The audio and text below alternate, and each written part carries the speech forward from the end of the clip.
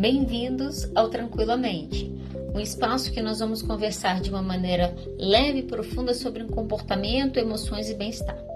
Eu sou Adriana de Oliveira, sou psicóloga, doutora em ciência do comportamento e ao longo dos episódios nós vamos estar explorando juntos temas que fazem parte do nosso dia a dia, desde os desafios emocionais que nós precisamos lidar até as estratégias para a gente poder viver com mais equilíbrio e tranquilidade.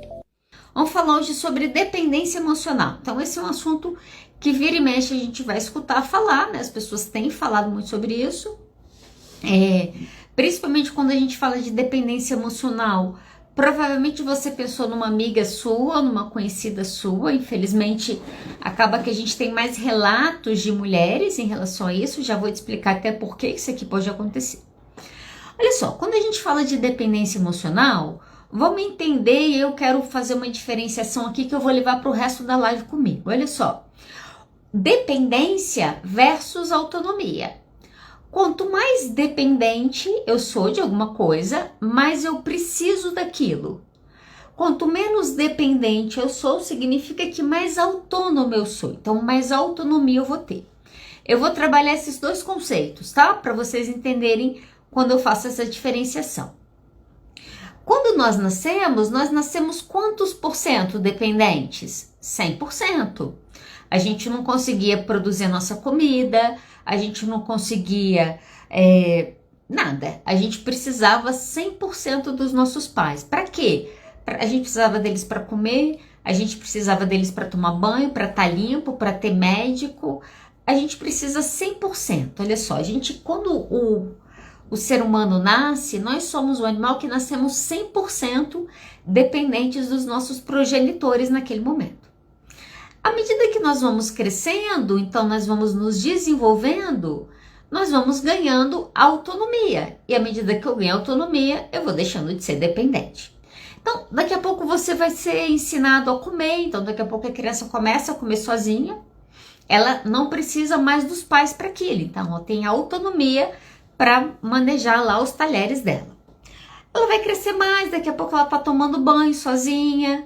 Olha só, até que vai chegar um dia lá na sua adolescência, na sua pré-adolescência, que você vai ser deixado em casa sozinho. Esse é quase o auge, né, nesse momento. Mas à medida que a gente está evoluindo, que a gente está se desenvolvendo, o nosso 100% de dependência, ele vai diminuindo, e à medida que a minha dependência vai diminuindo, o meu grau de autonomia vai subindo proporcionalmente, ok?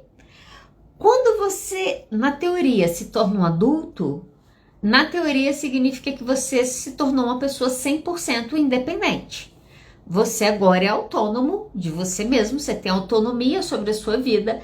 Eu produzo a minha comida, eu que cuido da minha saúde, eu que gerencio as minhas finanças, porque a gente se tornou autônomo. Só que de verdade, gente, entre nós aqui, ninguém nos ensina nada disso. A gente passa a maior parte da nossa vida sem nem saber administrar o nosso dinheiro, se a gente não parar em algum momento e decidir aprender. A primeira independência que a gente quer, às vezes, é social, olha só. Lá na adolescência, o que o adolescente faz? Ele começa a não querer mais viajar com os pais, ele quer ficar mais com os amigos. Ele tá ganhando uma independência social naquele momento. Ele vai ter os amigos dele, não é mais os amigos da mãe ou do pai. Tá se criando uma pessoa independente. Você vai para a faculdade, você estuda, você sai, você arruma um emprego, blá blá blá, e você arruma um trabalho, começa a pagar suas contas, começa a se sustentar, pronto. Você alcançou a independência financeira. Só que a gente não fala muito como que a gente alcança a independência emocional. Então, como que os nossos pais, ou o que seria eu ter um alcance de independência emocional? Vou trazer um pouco de uma reflexão que eu fiz hoje, tá? Olha só. Quando o bebê chora, ele precisa da mãe para conseguir fazer ele comer.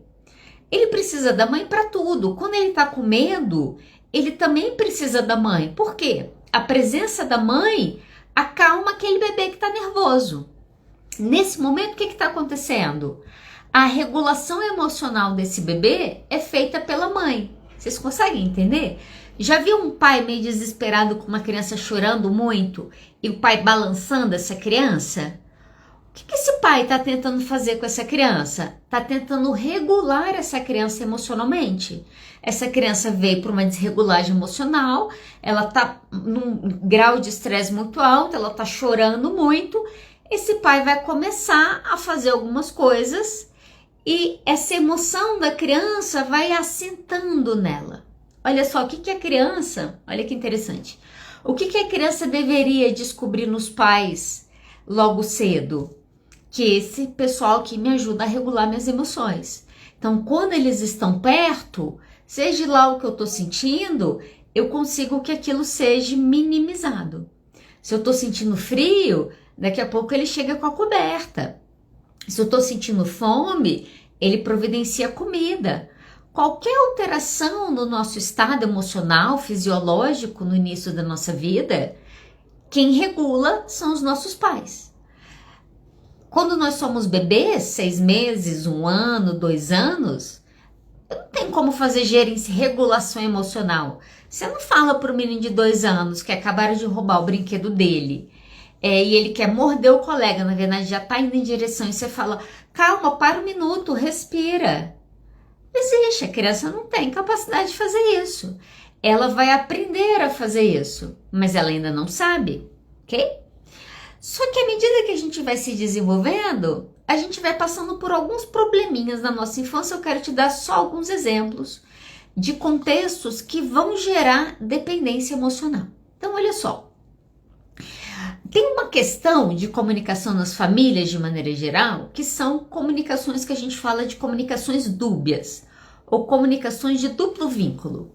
Na prática, significa o quê? Que eu comunico 2 coisas diferentes numa mesma comunicação. Vou te dar um exemplo. Esses dias eu estava assistindo Carol e o Fim do Mundo. Gente, se você não assistiu essa série, por favor, gaste um tempinho, vale a pena, tá? Carol e o Fim do Mundo na Netflix. Tava eu assistindo Carol e o Fim do Mundo na Netflix e o menino, a situação era o menino falou pro pai que ele ia querer morar com a mãe. E esse pai tinha que levar ele então até a mãe. Chegando no caminho, eles estavam perto da cidade, o adolescente fala, eu tô muito feliz que eu vou ver minha mãe. A gente tá chegando aqui em Toronto, acho que era Toronto. Aí, Vancouver, sei lá. E aí, de repente, o pai fala, eu também tô muito feliz que a gente tá chegando. E ele verbaliza que eu estou feliz, mas ele demonstra que o quê? Péssimo. Tô deprimido. Como que você pode estar feliz por uma coisa dessa? O que a gente está aprendendo nesse momento? Primeiro, a não confiar. Muitas vezes, o que a gente está aprendendo, isso aqui é muito interessante, olha só. Quando a gente é criança, né, nesse primeiro momento de desenvolvimento que a gente passa, a gente não sabe nomear as coisas. A nomeação vai ser uma aprendizagem que a gente vai ter ao longo da nossa vida. Isso significa que quando nós começamos a sentir, olha só, lá no início da minha vida, o meu pai vinha, minha mãe vinha e eles me sacudiam para me regular emocionalmente. À medida que a gente vai crescendo, eu começo a sentir, eu ainda não sei como nomear isso, porque eu não tenho certeza o que é isso, o que eu faço? Eu olho para os meus pais para saber se eu devo me sentir seguro ou não naquele contexto. Se eu devo me sentir triste ou não naquele contexto. Então, um pai que chora falando que está feliz pelo filho, a criança vai entender que esse pai está triste. Como que isso se transforma na nossa vida adulta? Quando você precisa desagradar seus pais, parece que você vai morrer. Por quê? Porque emocionalmente o que foi te ensinado é que o que você faz, olha só, aquilo não interessa se ele falou que ele está feliz por você. Porque quando você aprendeu isso, ele estava super infeliz. Então, muitas vezes, a pessoa entra quase que em ciclo de autossabotagem familiar porque elas não conseguem transformar esse tipo de comunicação. Quando você cresce num contexto que você tem muita comunicação dúbia, tem muita chance de você se tornar um dependente emocional. Por quê? Porque eu nunca sei o que eu sinto. E eu nunca sei o que eu sinto porque o que eu sinto depende desses outros, que eles também não sabem. Então, a tendência é que eu vá precisar sempre deles para que eles me digam o que eu estou sentindo e o que eu faço com aquilo, ok? Outra coisa que aumenta a chance da gente se tornar uma pessoa emocionalmente dependente, pessoas que passam por invalidação. Tem famílias que invalidam muito a pessoa, a criança. E nisso, meus pais escolhem a minha roupa. E depois, a gente começa a escolher. Olha só, estamos no processo de autonomia, tá? Quando meus pais param de escolher minha roupa, agora começa eu a escolher minha roupa. Ai, tô feliz, vou colocar essa roupa. Aí a criança se veste como se ela estivesse indo para um baile de carnaval, sendo que ela tá indo para um casamento à moda antiga, nananã, trompetas e valsas, etc e tal. A mãe olha para aquela criança e fala o quê? Você tá ridícula. O que essa mãe tá ensinando sem querer para essa criança? Sentir emoções, ficar feliz e se preparar para isso, coloca você nesse lugar de ridículo, olha só. Você não sabe nem entender direito o que você sente. Por isso que quando a gente vem de uma história de muita invalidação, deixa eu dar uma outra palavra para invalidação, crítica. Se você vem de um contexto de muita crítica, tem mais chance de você se tornar uma pessoa dependente. Aí você fala assim, peraí, mas se eu tô vindo de um contexto de muita crítica, o ideal não seria eu, enquanto adulto, não querer aquilo? Por que eu acabo vivendo aquilo? Né? A gente cresce, a gente olha para os nossos pais, a gente fala, não quero isso. Qual que é o nosso pedido? Quero ter uma independência emocional. Só que a gente cai na vida do adulto e a gente continua fragilizado diante das críticas dos nossos pais. Por que isso acontece? Porque ao nos criticar e ao fazer isso de maneira constante, de maneira voraz, vamos colocar assim, o que eles acabam me ensinando é que eu tenho um péssimo julgamento sobre mim, sobre o que eu sinto, sobre o mundo. Porque você consegue entender que não importa o que eu faço, eu tô errado? Então eu sempre vou precisar do outro para falar o que eu tenho que fazer. Uma outra coisa tem pai que ele não critica assim de descer a lata, não. Tem pai que é mais polite, vamos colocar assim. Ele não critica, ele te questiona. Como assim? Você veste a roupa, tá pronta para sair. Ah, todo mundo pronto. De repente alguém olha para sua roupa, seu pai, seu marido, seja lá quem for, e fala, você vai com essa roupa? Aí a pessoa fala, eu ia, porque tem problema? A pessoa, não falei que eu tenho problema, perguntei se você vai com essa roupa. Ah, realmente eu não sei, peraí, deixa eu trocar. Aí olha só, a pessoa faz isso até que o outro coloque a roupa que ela quer. E ao entrar nesse jogo de questionamento constante, eu jogo essa pessoa o tempo todo para um lugar de invalidação, olha só. Para um lugar que eu estou dizendo para essa pessoa que o que você está falando não é bom. Você não tem um bom julgamento. Você está vendo o mundo errado. Por quê? Porque você questiona o tempo todo. Eu tenho uma filosofia que eu quero compartilhar com vocês, que eu tenho usado na minha vida, tem dado certo, tá? A minha filosofia é, eu não respondo nada que não tenha sido me perguntado. Não sei se é porque eu tive irmãos e a gente aprontava muito, e tinha uma regra, né? Tem uma lealdade entre irmãos, assim. A gente só conta se descobrirem, entendeu? Se não descobriu, aquilo nunca aconteceu. Meus irmãos eram obrigados a me levar nas tramonhas deles, porque senão eu contava para minha mãe como caçula, entendeu? Então eu tava sempre aprontando. Mas se ninguém pergunta, a gente não fala nada. Essa era a regra. E eu continuo usando essa regra. Por que eu tô te falando isso? Olha só, a pessoa colocou uma roupa, fica a dica, tá? Para como você ajudar pessoas a não serem independentes emocionalmente. A pessoa colocou uma roupa, ela vem até você, pergunta, e aí, o que você achou? Dê a sua opinião. Achei isso, achei aquilo. Acho que talvez não seja apropriado para o lugar que a gente vai.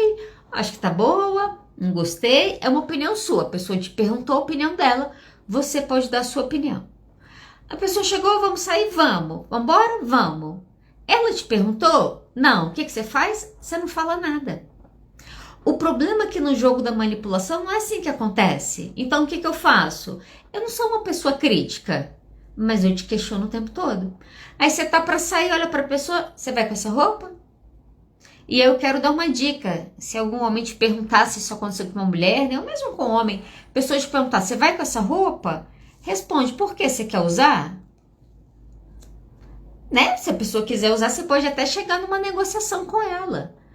Olha só, quando você nem pede a sua opinião e já vem a crítica e já vem o julgamento, o que está sendo te ensinado é não confie em você. Tanto que pessoas que têm dependência emocional tendem a ser pessoas extremamente inseguras. Exatamente por conta disso. Tudo bem? Fica claro isso aqui?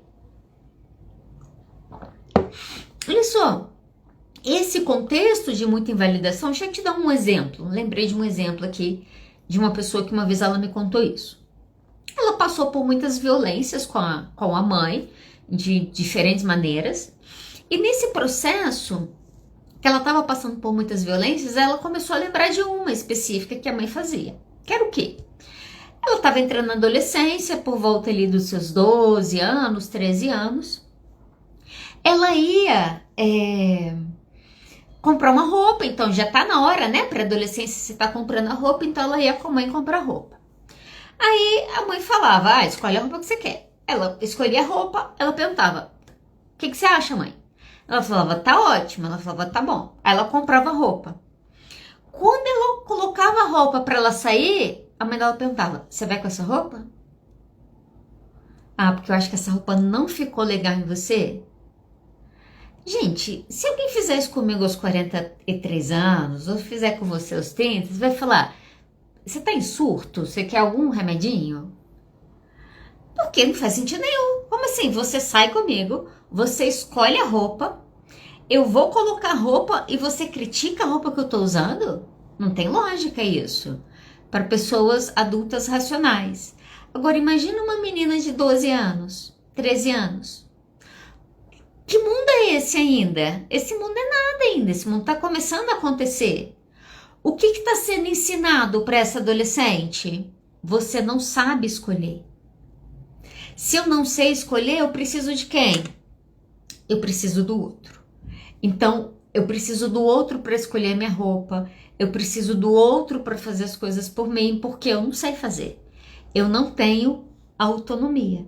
Isso significa que eu não tenho autonomia emocional. No Brasil, não sei se isso é no mundo, mas no Brasil eu vejo muito, todo mundo quer alcançar a independência financeira. Qualquer menino de 18 anos, 19 anos, você perguntar, o que você quer? Independência financeira. De preferência ganhar dinheiro fazendo um pouco na internet. Tem um vídeo que ele vai viralizar, que ele vai, sei lá, e aí ele vai ganhar 30 trilhões de seguidores e no outro dia ele vai ser a Juliette, entendeu? Todo mundo quer independência financeira. A gente alcança. Mas são poucos adultos no Brasil que têm alcançado independência emocional. Ah, Adriana, como que você tem certeza disso? Primeiro, que a gente vê uma série de relações abusivas. Não preciso nem entrar nesse tema, né? Eu estava pesquisando um pouquinho antes de eu entrar aqui. Nós somos o 5º país no mundo em feminicídio. Isso já fala um pouco sobre a nossa dependência, né? Estão falando aí de uma dependência que as mulheres têm de se manter em relações que são violentas, porque elas acham muitas vezes que elas não vão dar conta de viver sem aquilo ali. Então, essa é uma questão. Deixa eu entrar com você rapidamente e eu quero te falar sobre sinais de dependência. Alguns sinais que indicam que a gente está falando de uma pessoa que tem dependência emocional. Quais são eles? Dificuldade de tomar decisão. Essa é a primeira. Toma decisão, você quer isso ou aquilo? Não consegue. Precisa do outro. E quando a pessoa toma uma decisão, muitas vezes ela precisa confirmar. Essa é uma característica. A pessoa fica confirmando. Você acha que tá certo? Você acha que eu devia ter feito isso? O que você acha que eu devo fazer? Aí você fala isso. Aí a pessoa pega o telefone e liga para uma outra pessoa. Ela pega o telefone e liga para uma outra pessoa. Isso é uma característica de uma pessoa que tem dependência emocional. Ela tem necessidade que outros assumam responsabilidade pela vida dela. Esse é um assunto que a gente discute muito aqui em casa. Ser adulto é ser responsável. A gente tem A gente tenta, estamos evoluindo, tá? Estamos virando adultos aí, mas a gente tem trabalhado não, a gente quer ser adulta, então vamos tentar tratar as coisas como adulta.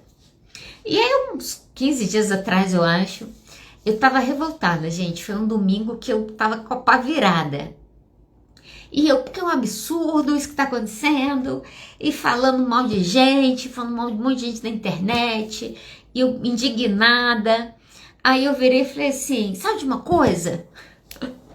Eu falei, eu vou marcar uma live extra hoje, eu vou entrar nessa live e eu vou falar tudo que eu penso, que eu não penso, eu vou falar. Aí minha esposa virou pra mim e falou assim, eu acho que você não devia.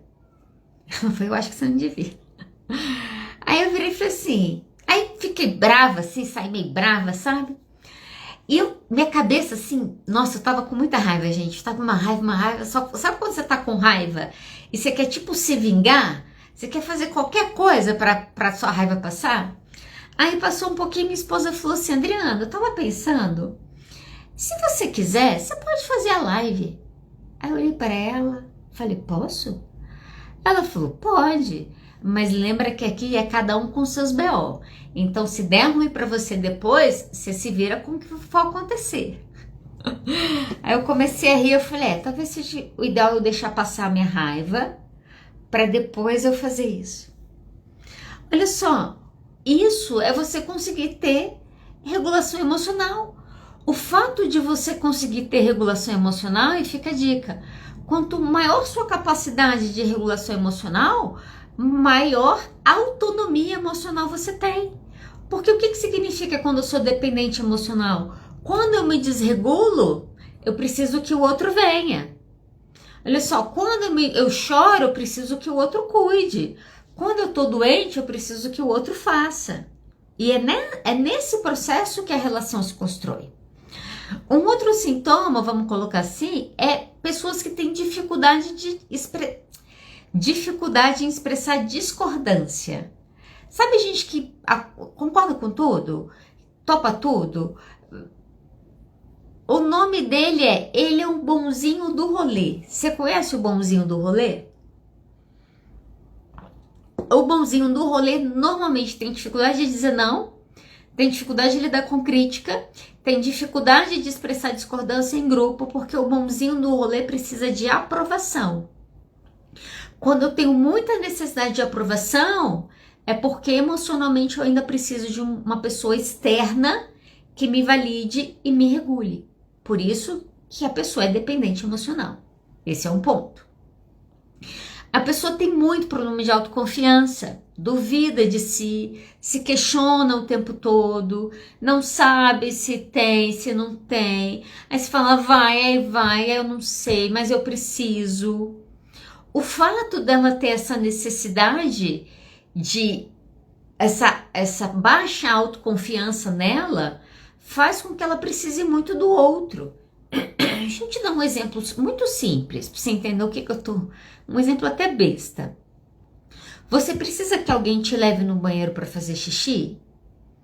Eu imagino que em condições normais, não. Você não precisa porque você tem uma autonomia, olha só, para satisfazer suas necessidades fisiológicas. Mas se você tivesse passado por um acidente, ou se você tivesse uma condição clínica, por exemplo, talvez você precisasse daquilo. Isso significa que nesse ponto você precisaria de alguém, você depende desse alguém para aquilo. Quando eu olho para a vida e eu nunca acho que eu posso nada, significa que eu preciso de todo mundo para tudo. Quanto mais eu não confio em mim, mais eu busco no outro. Você vai pedir ajuda para alguém para você fazer xixi? Alguém acorda de madrugada, acorda o marido ou a esposa e fala, amor, você pode me levar no banheiro? Talvez você tome até um tapa na orelha se você fizer um negócio desse, olha só. Por que a gente não faz isso? Porque nós temos autonomia. Por que eu não peço ajuda para alguém para ir no banheiro? Porque eu consigo levantar e eu consigo ir. Mas se eu preciso pedir ajuda o tempo todo, é porque eu não confio que eu sou capaz de fazer. Se eu preciso de o tempo todo perguntar o que a pessoa acha, o que ela não acha, é porque eu não confio em mim. Quanto menos eu confio em mim, mais eu dependo do outro, ok? Uma outra coisa que é muito comum nesse tipo de... é muito característico nesse padrão de comportamento, vamos colocar assim, é uma busca excessiva por afeto. Olha só, vou até fazer um parênteses aqui, não sei como tá meu tempo não, mas vamos lá. Fazer um parênteses. Vou ter que correr um pouco mais. Me perdi, aprovação e afeto. Atualmente a gente ouve a palavra emocionado. Já ouviu esse termo? Ah, fulano é um cara emocionado. Primeira vez que eu ouvi o meu emocionado, eu pedi para alguém me explicar, eu entendi emocionado como carente. Para mim, emocionado virou uma palavra para carente. Depois eu comecei a perceber que não, eu acho, sei lá, se eu estiver errado me corrigem aí. O que eu percebo que a gente usa a palavra emocionado? Para pessoas que se vulnerabilizam. A pessoa sente, a pessoa chora, ai nossa, tô triste, ai tô feliz, ai tô em luto. Ah, fulano é muito emocionado. Gente, se isso é ser emocionado, essa pessoa é saudável, porque é saudável sentir as coisas. Se emocionado é carente, aí tem uma outra questão, porque olha só, se emocionado é sinônimo de carência, o que a gente está dizendo é uma busca excessiva que não tem fim. Esse é o problema do carente, vamos colocar assim. Não tem relacionamento nenhum no mundo que vai suprir a carência de alguém. Se você entra porque você precisa emocionalmente daquela pessoa, você vai entrar em relacionamento violento. Não tem jeito. É natural, é biológico talvez essa coisa de você impor um sobre o outro, ainda mais quando o outro precisa de mim. Não sei, pode ser uma questão até antropológica. Às vezes a pessoa tem uma necessidade tão grande de aprovação que ela se voluntaria para fazer coisa que ninguém quer fazer. Tá dividindo o grupo. Sei que quem quer falar? Ninguém quer falar. Aí de repente alguém fala, Mariana. Aí Mariana fala, ah não, tudo bem, se ninguém quer eu vou. A Mariana detesta falar em sala. A Mariana preferia estar capinando um terreno em vez de fazer isso. Mas faz porque precisa de aprovação emocional do outro. Essas pessoas têm tendência de se sentir desconfortáveis quando elas estão sozinhas, sentem que não vão dar conta, que elas não vão conseguir. Elas vão ser tomadas por um sentimento quando elas estão sós, que elas são incapazes de cuidar dela mesma. Aí você fala, mas por que a pessoa se sente assim? Porque de fato ensinaram isso para ela. Porque de fato ao longo da vida dela, ao invés das pessoas darem autonomia emocional, na verdade muitas vezes por já serem pessoas dependentes, precisam do outro para manter o ciclo, senão o ciclo terminaria, imagina.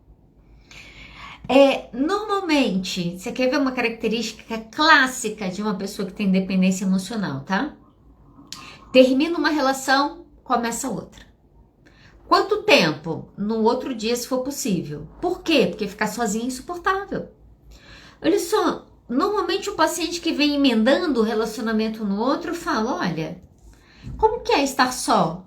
Ah, é muito difícil. Então é importante aprender. Ah, Adriana, por que a gente tem que aprender a estar só? Porque sabe qual que é a verdade? Se eu não sou uma boa companhia para mim mesma, eu não sou uma boa companhia para ninguém.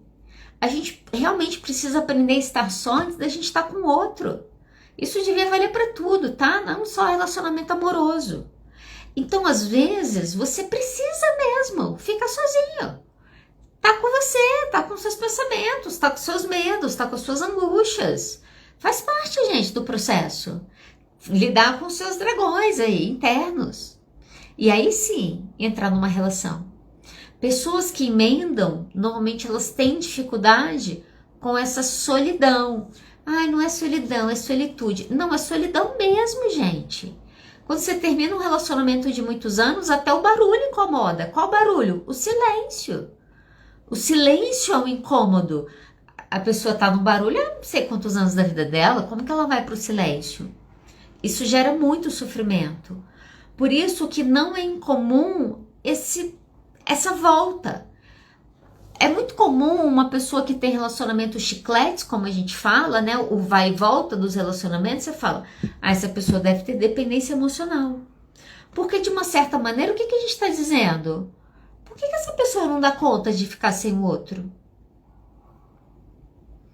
Eu não sei se foi porque eu saí de casa muito cedo, mas é muito engraçada a minha história. Deixa eu contar rapidamente aqui, não sei contar meu tempo não. Quando eu nasci e tal, né? Terceira filha de 2 irmãos. Eu tinha uma irmã e um irmão quando eu cheguei aqui na Terra. Os meus pais, quando eu nasci, eles estavam em processo de divórcio. Nasci não, quando minha mãe engravidou de mim. Então eles acabam retomando o casamento, porque afinal estava chegando mais uma filha. Então eu chego, imagina, numa casa um tanto quanto conflituosa em relação a isso. Os meus irmãos, eles cuidavam de mim. Então a minha irmã é 6 anos mais velha que eu e meu irmão 4. Eu tenho claramente eles como referência parental na minha vida. E entendo, respeito meus pais, mas eu entendo que aquele cuidado primeiro da minha infância ali, quem fez foram eles. Até, acho que os meus 11 ou 12 anos eram meus irmãos que cuidavam de mim. Então, era assim que acontecia. Ah, eles cuidavam de você te sustentando? Não. Todas as outras coisas sim. Então, eles que me cuidavam emocionalmente, eram eles que estavam fazendo esse processo aí. E eles cuidavam muito bem de mim. E aí, quando eu cheguei... Aí minha irmã casou no meio da minha adolescência, minha irmã ainda fica um pouco mais. Quando todo mundo tá sozinho, que eu tô sozinha, meus irmãos já estavam fora de casa, eu decido que eu quero morar fora. Falei, pai, eu quero morar fora. Meu pai falou, tá bom, pode ir. E ele pagou pra eu ir. Fiquei 1 ano morando fora do país. Eu lembro, porque eu achei que quando você tem 17, 15 anos, pelo menos na minha época, eu me achava a pessoa mais madura do mundo, entendeu? Tipo assim, nossa, o auge da maturidade, 17 anos, tá? E convenci meu pai a me mandar pra fora do país, sair com 17 anos. Só que quando eu saí, eu descobri uma coisa. Eu descobri que eu não sabia nada. Eu descobri que os meus irmãos tinham cuidado de mim o tempo todo, em relação a tudo. Então, meu Deus, a coisa ficou... Tipo assim, qualquer problema, eu me desorganizava emocionalmente. E eu lembro, tem coisas que marcam, né? Eu lembro que eu tive até assim, uns 2 meses morando na Inglaterra, eu tive um problema lá, burocrático mesmo, de documentação e tal. E eu liguei pro meu pai. Sabe aqueles dias que marcam a sua vida? Esse foi um dia desses. Quando eu liguei pro meu pai, eu falei, pai, tive um problema, expliquei o que tinha acontecido. Aí ele falou, como resolve? Eu falei, parece que tem que ir no banco, conversar, não sei o que, não. Quando eu terminei de falar isso, ele virou para mim e falou assim, Adriana, esse é um problema seu. Se você tem que ir ao banco resolver, isso é um problema seu. Você tá aí, você vai resolver o que for que acontecer. Chorei muito aquela noite. Sabe aquela noite que você corre pro papai e ele fala, querida, acabou o colo. Começou a vida, começou o corre. Agora é você, se vira. Quando eu penso nisso, eu penso o quanto foi importante esse ano na minha vida. Eu acho que foi um dos anos que eu comecei a aprender a desenvolver independência emocional. Tanto que quando eu voltei, eu fiz faculdade e vim morar em Brasília. E, né, até brinco que hoje eu sou mais Brasília, sou mais brasiliense que capixaba. Eu tô mais tempo em Brasília do que eu estive na minha cidade natal. Então, olha só, me perdi aqui. Tá, autonomia. Às vezes, aí fica a dica para algumas pessoas que tem hora que você tem que tirar o chão. Né? A gente tá falando de pessoas de dependência emocional. Se você não quer ter uma relação que tenha dependência emocional, você tem que dar autonomia ao seu parceiro. Você tem que deixar ele se virar. Adriana, como que eu ensino independência emocional para os meus filhos? Você tem que deixar eles se virarem. Você tem que deixar eles lavarem a roupa deles. Eles entenderem que se eles não lavarem, não tem roupa. Isso é da autonomia, gente. Em tudo. Por quê? Porque quanto mais coisas eu consigo fazer sem precisar do outro, mais eu confio em mim para fazer as coisas. E isso se torna um ciclo. Mas o que a gente vê? Famílias, muitas vezes, que duvidam dos seus filhos o tempo todo. Você vai fazer isso? Mas ela é perigoso. Tem certeza que você vai sair? Mas... Não vou nem entrar no assunto de contextos familiares que às vezes a menina só pode sair se ela tá acompanhada. Se não, não, você vai sair sozinha? Não, não tem condição. Aí não sabe por que o filho não desenvolve independência emocional. Aí casa, gente. Aí você fala, casou, resolveu. Tem gente que tem problema no casamento, corre pros pais, vai pra casa da mãe. Tem casamento que vira um inferno por causa disso. Ao invés daquelas duas pessoas teoricamente adultas resolverem suas questões emocionais, não. Eles ligam para os pais resolverem. Isso é dependência emocional, vocês conseguem entender? Último ponto para a gente evoluir. Um último sintoma de uma pessoa dependente emocional: medo de precisar cuidar de si. Ela tem pavor a tudo. Mas ficar sozinha, esse vai ser o pior da lista.